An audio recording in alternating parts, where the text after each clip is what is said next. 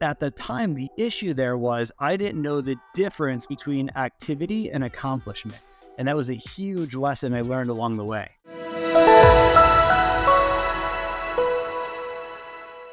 How'd you get here, man? I want to hear about give us a little short snippet background how you got to the day where you met the Colin Schwartz. Boom. Okay, so it all starts 8th grade. I had an aunt who's in real estate. She handed me the book, Rich Dad, Poor Dad. Well, I read that book, and honestly, at that age, I wasn't in a position to really be receptive and implement that message in my life. So fast forward to college, it did plant a seed. I'm working for an orthopedic surgeon, and I'm wanting to be a doctor.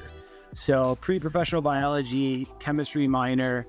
And one day he comes home from work and he's like, look, man, I wouldn't do it. I wouldn't let my kids do it. He's referencing being a doctor.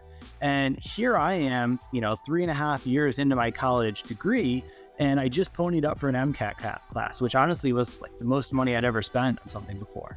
And so at that point, I'm like, dude, what's wrong? Like, are you having a bad day? And he's like, look, man, when I was in the 90s, I made 7 figures a year. And he's like, now I'm lucky to make half that.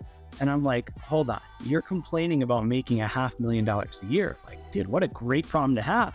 And he's like, no, you really don't get it, man. He's like, by the time you graduate, you'll be $500,000 in debt.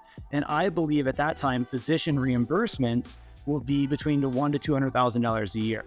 Basically, that's going to put you in a position where you're going to live in a 1-bedroom apartment for a decade just to get out from under that debt. So I'm thinking through these life choices and being like, that's not the path I want to go down. So I asked him, what would I do if you were me?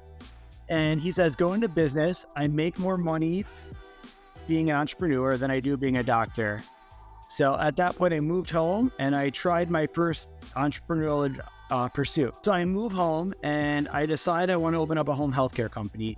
Well, 6 months in, I had a website, I had business cards, I had brochures, I had an LLC, I had a Google Voice number.